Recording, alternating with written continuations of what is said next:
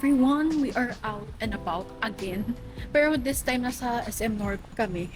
Actually wala. Mag-trip lang namin ni Patrick mag-SM North. Bibilan ko siya ng sleepers. Kasi nabasa yung shoes niya. Nagmotor lang kasi kami kanina biglang umulan. Tapos nawala rin. Andito na kami sa bilihan ng tsinelas. Yung mumurahin lang kasi pang emergency lang naman dahil basa yung sapatos niya. Ayan. Ito 20% off. Diba? 299. Ay, lang yan. Ayan, mas maganda to. Maganda lang ang dagdag. Ito na lang oh. Norderan po si Patrick ng Wanzo. Masarap kasi dito yung pearls nila. And I'm not sure, I believe originated siya from Taiwan. Ito yung cravings niya na matagal niya nang hinahanap recently. First, ang ganda ng lighting dito. Umorder ako kanina ng sa kailangan coffee kasi inaantok ako. And gusto ko ng something thin cake. Kasi kaninang morning nag-chujicha lang ako. Today is Saturday, kaya ang daming tao ngayon sa SM North. Yung in-order ko, kailangan iced coffee kasi nga, parang inaantok ako na A1. Mura lang siya, 145 lang. Tapos ito kay Patrick, yung Wanzo na milk tea, na dirty tea, yung tawag. Pero brown sugar yung nasa menu. Mura lang dito yung binayaran ko dito, parang 145 pesos, 100 plus. Kaya. Tapos hinihintay na lang namin yung waffle na pinili namin dun sa Belgian waffle. Here's our waffle. Yung in-order ko yung tuna ranch. Tuna ranch something with cream cheese. Kaya, merienda.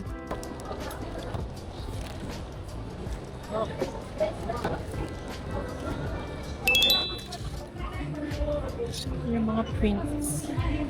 Ang ganda ng print ko. Hiling ako sa mga tong t-shirt. Ayan o. Dito na naman po ako sa H&M. At syempre wala akong binibili. Nagwi-window shopping lang ako. Window shopping. Next stop, nandito naman ako ngayon. Kami ni Patrick sa Cotton On. Nagwi-window shopping lang din.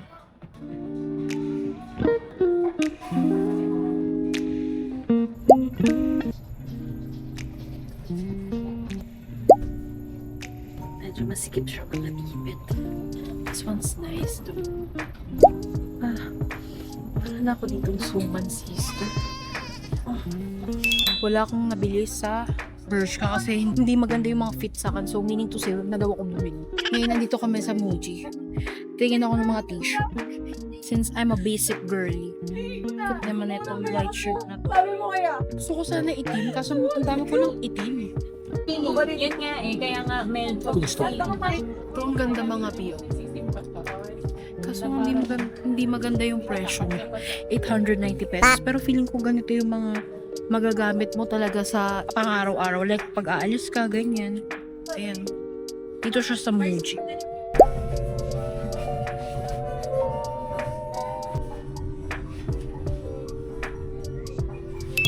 Alam nyo ba kanina, ang dami kong sinukat na damit, pero wala akong nabili ni isa din.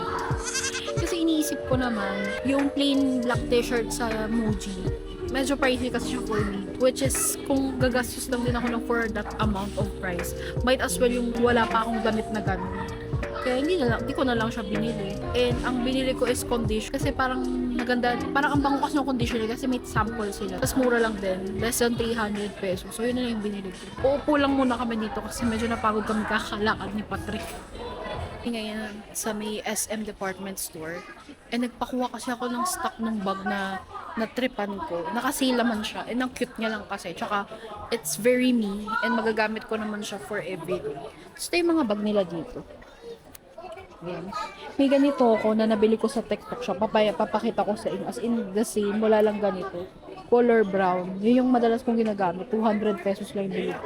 So, ito yung napili kong bag na pinakuha kong new stock. Kasi yung stock nila kanina, may dumi na. So, syempre, nag-request ako ng bagong stock. Ayan. Body bag lang siya, tapos may ganito siya. Ayan. Very cute lang, pang alis-alis. And I feel like spacious naman siya. Kaya sabi ko, go ko na to. Hello everyone, life update. Dito kami nauwi ngayon sa Hakurchan. Kasi first time ko kumain dito. And matagal ko siya nakikita. Thank you! Anyway, going back sa sinasabi ko, matagal ko na itong nakikita ang hawker chan. Meron din na itong malapit sa amin sa SM Santo Tomas. Pero di ko pa siya natatry. So, first time ko lang pala kumain. Si Patrick, madalas na silang kumakain dito. And ang in-order ko is roasted duck. Ayan. Ayan siya. Tapos umorder din kami ng bean sprouts. Di ko na papakita, baka malaglag. Tapos si Patrick, roasted duck plus pork yung kanya. And then, kakain na ako. Actually, dapat sa Shokudo kami mag-dinner. Malapit yun kila Patrick. Sa may kawayan lang. Kaso kasi nag-alangan na kami and nanggugutom na pala siya. So, napadaan na kami. Dito na kami kumain. Kain tayo. 살짝 내 볼을 스쳐 느린 걸음 따라 골목이 먼저 웃어 핸드폰 속 지도는 조금은 접어둔 채 오늘은 그냥 발끝이 가는 대로 가게 앞 작은 화분 초록이 반겨줘 괜히 기분 좋아져 입꼬리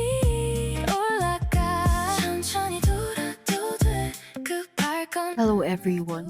Nandito ulit kami sa Shizu Matcha Bar sa may Caloocan kasi along the way na lang din siya pa uwi. So dito na lang kami nagmatcha. Ako nagmatcha, si Patrick nag-coffee. Napag-decide namin na dito na lang kami nga kasi along the way lang. Tapos parang 10 minutes lang siya from SM North. Nagmotor lang kami. Anyways, gusto ko kasi dito yung matcha nila. Kung sa last vlog ko, parang a month ago, nandito rin kami. And ang in-order ko nun is yung Azuki matcha nila. Sobrang na-enjoy ko talaga yung matcha na yun. Kaya sabi ko, dito na lang ulit kami. I believe meron na rin tong isang branch sa Quezon City. Pero hindi ko sure kung saan sa Quezon City. Pero around White Plains. Mas malapit to sa pauwi ng bahay. So dito kami nag-matcha.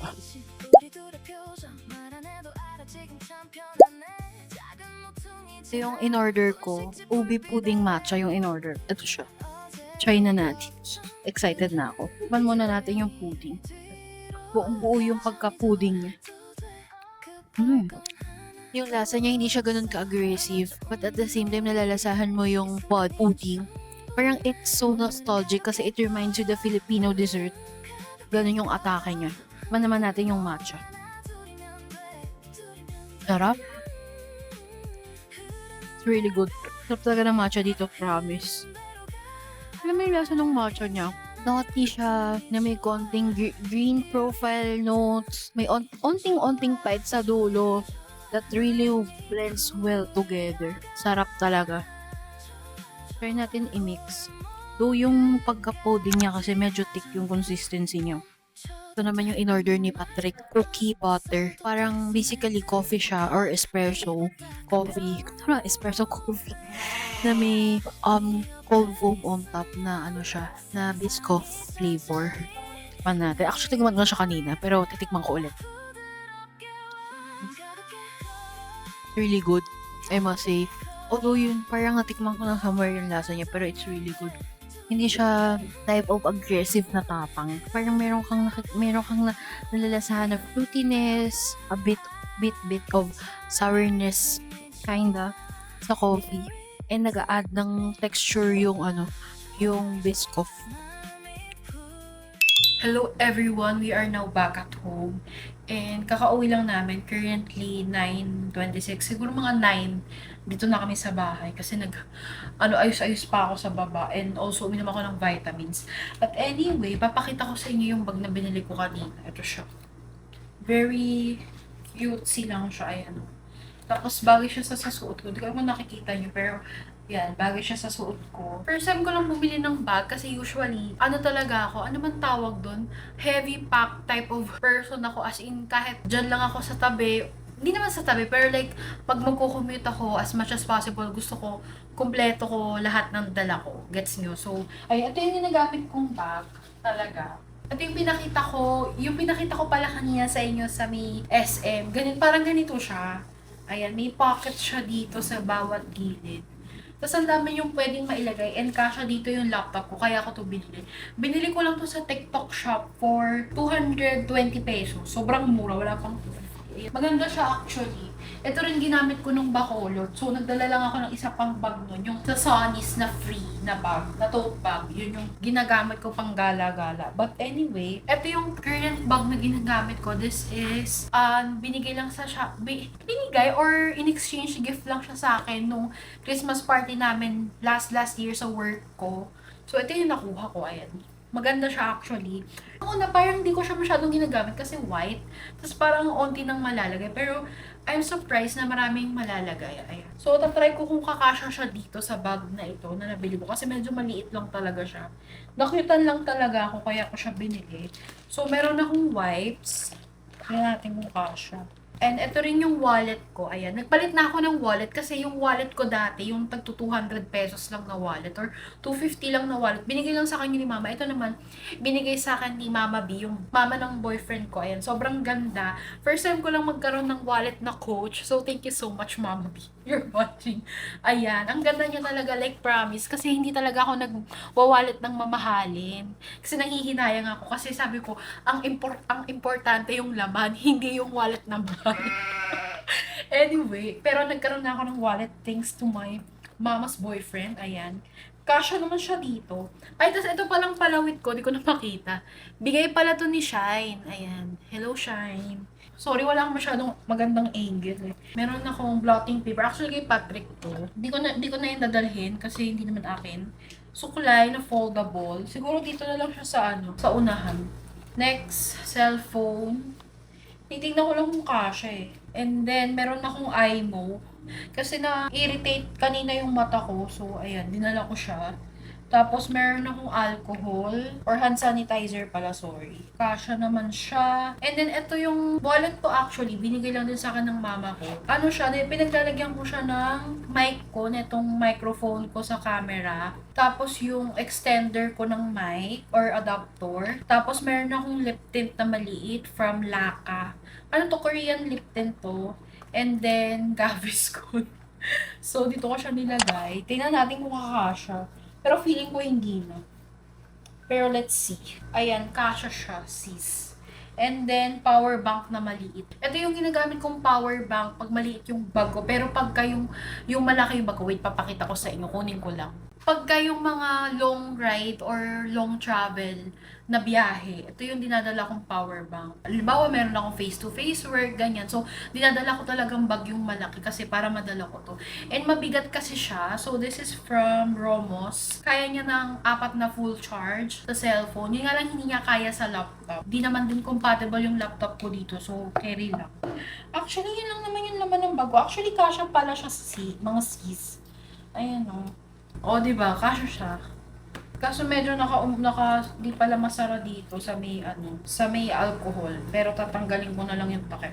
Ayan pala. Tara! So, in fairness, kasya dito sa aking bag na ito. Nadaanan ko lang to sa SM. And ang cute niya kasi, oh. So, kaya napabili ako.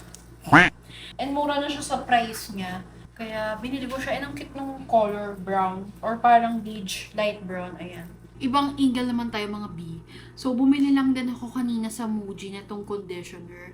Mura lang siya, 290 pesos lang yung ganito kalaki. Tapos may tester sila doon na banggit ko kanina. Ang bango, dapat hindi talaga ako bibili. Kasi gusto ko rin sana itry yung Chobaki. Kaso nanghihinayang kasi ako kasi hindi ko naman kailangan. Like, gusto ko lang talaga siya itry. Kasi nakasale kanina sa Watsons. Pero hindi ko siya binili. Tapos nakita ko to kanina sa Muji. Sabi ko, ang mura naman nito, 290 pesos tong conditioner na to. Na-try ko kung malambot siya sa buhok. Although, naging healthy naman na yung buhok ko simula nung hindi ako nagpapa-color ng hair. Kasi ito ay natural hair ko na siya. Ayan. And hindi na siya as dry as before. Actually, ang shiny na ng buhok ko ngayon. Which is, nagugustuhan ko. Kasi dati talaga parang patay na yung buhok ko. Tapos pala, share ko lang. Ito rin yung ginagamit ko sa buhok. Ayan. Itong Milk Conditioning Hair Mist from Bench. Ang ganda niya sa hair kasi nakakakintab talaga siya. Tsaka nakaka-bouncy siya ng hair. Sa experience ko my hair again is natural. So, wala siyang treatment or anything. Wala rin siyang any chemical. So, I'm not sure if chemically treated yung hair nyo. Pero sa akin, ang ganda nito. Tapos, binoblower ko lang siya and ang bouncy niya tingnan. Nabili ko lang siya sa bench for 79 pesos. Imagine, 79 pesos, meron ka ng magandang hair mist. I didn't not expect na ganun kaganda yung magiging outcome niya sa buhok ko. Tapos pala, share lang din, gumagamit ako ng sunscreen spray kasi pag nagmomotor kami ni Pat, mainit. So, ayoko rin naman matus pa sa init ng araw at para na akong para na akong palitson nun. Bumili lang din kami ng Giggle CUV sunscreen spray. Actually, kakagamit ko lang siya kanina kasi in-order lang namin to sa Shopee. And so far, okay siya. Hindi siya malagkit. Tsaka nakaka-moisturize siya ng skin. Kasi yung skin ko dito sa Mihita, medyo dry siya. So, in-sprayan ko nito kanina and nagbibigay siya ng parang added kintab or glow. So, ayan. Feel ko pwede rin ata to sa baby or toddler, di ko sure. Wala talaga siyang lagkit at all at mabango. Ano pa ba mga dapat kong i-share? Actually, yun lang naman. A quick sharing lang sa inyo kung ano yung mga ginagamit ko. And nakakatawa lang din kanina na ang dami kong sinukat na damit. Pero wala talaga akong nabili at all. Kasi nga, bukod sa iniisip ko kasi yung price nila. Although sale naman siya. Pero kasi, kahit sale siya, mas mura pa rin talaga bumili sa TikTok shop. Although gets naman kasi may brand yun, tsaka mas quality. Pero kasi ang dami ko naman ding damit, first of all, and hindi ko naman sila kailangan. Pag bumibili kasi ako ng damit, gusto ko yung parang wow, na gusto ko na to, bibiling ko na to. Gusto ko yung may ganong feeling. Pero kanina, hindi ko na-feel yun. Wow! I end up, hindi na lang ako bumili. And naka-save pa ako.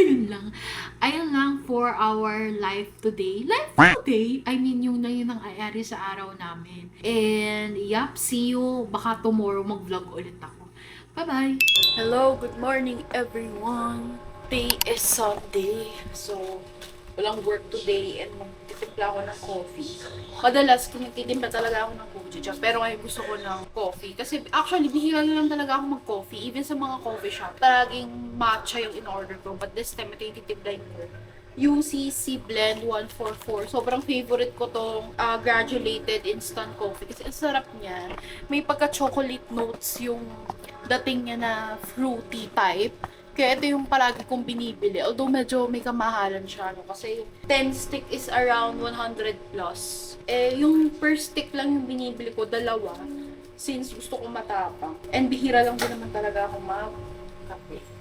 Lagyan natin siya dito. Hindi na nakikita. And ang bango-bango niya talaga. Kaya gusto ko tong UCC na to. And nilagyan ko na siya ng hot water.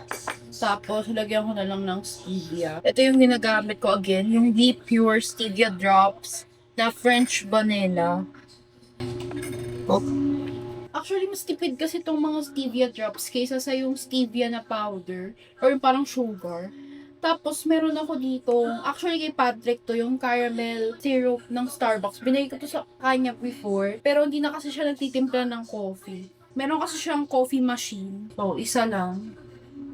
Lagyan natin. Lagyan na natin siya ng Meiji na gatas. Feeling ko hindi na ito magiging mainit kasi malamig yung gatas eh. Pero laban na yan. Yes. Okay. And here is my morning coffee. Ayan, kita nyo ba? Ayan yung niluluto ni Patrick. Spring chicken siya, tapos ipa-fry siya later on. And also, nagluluto din siya ng mabilis na noodles. Guess what it is? Sopas! Natawa sa sariling joke. Ayan.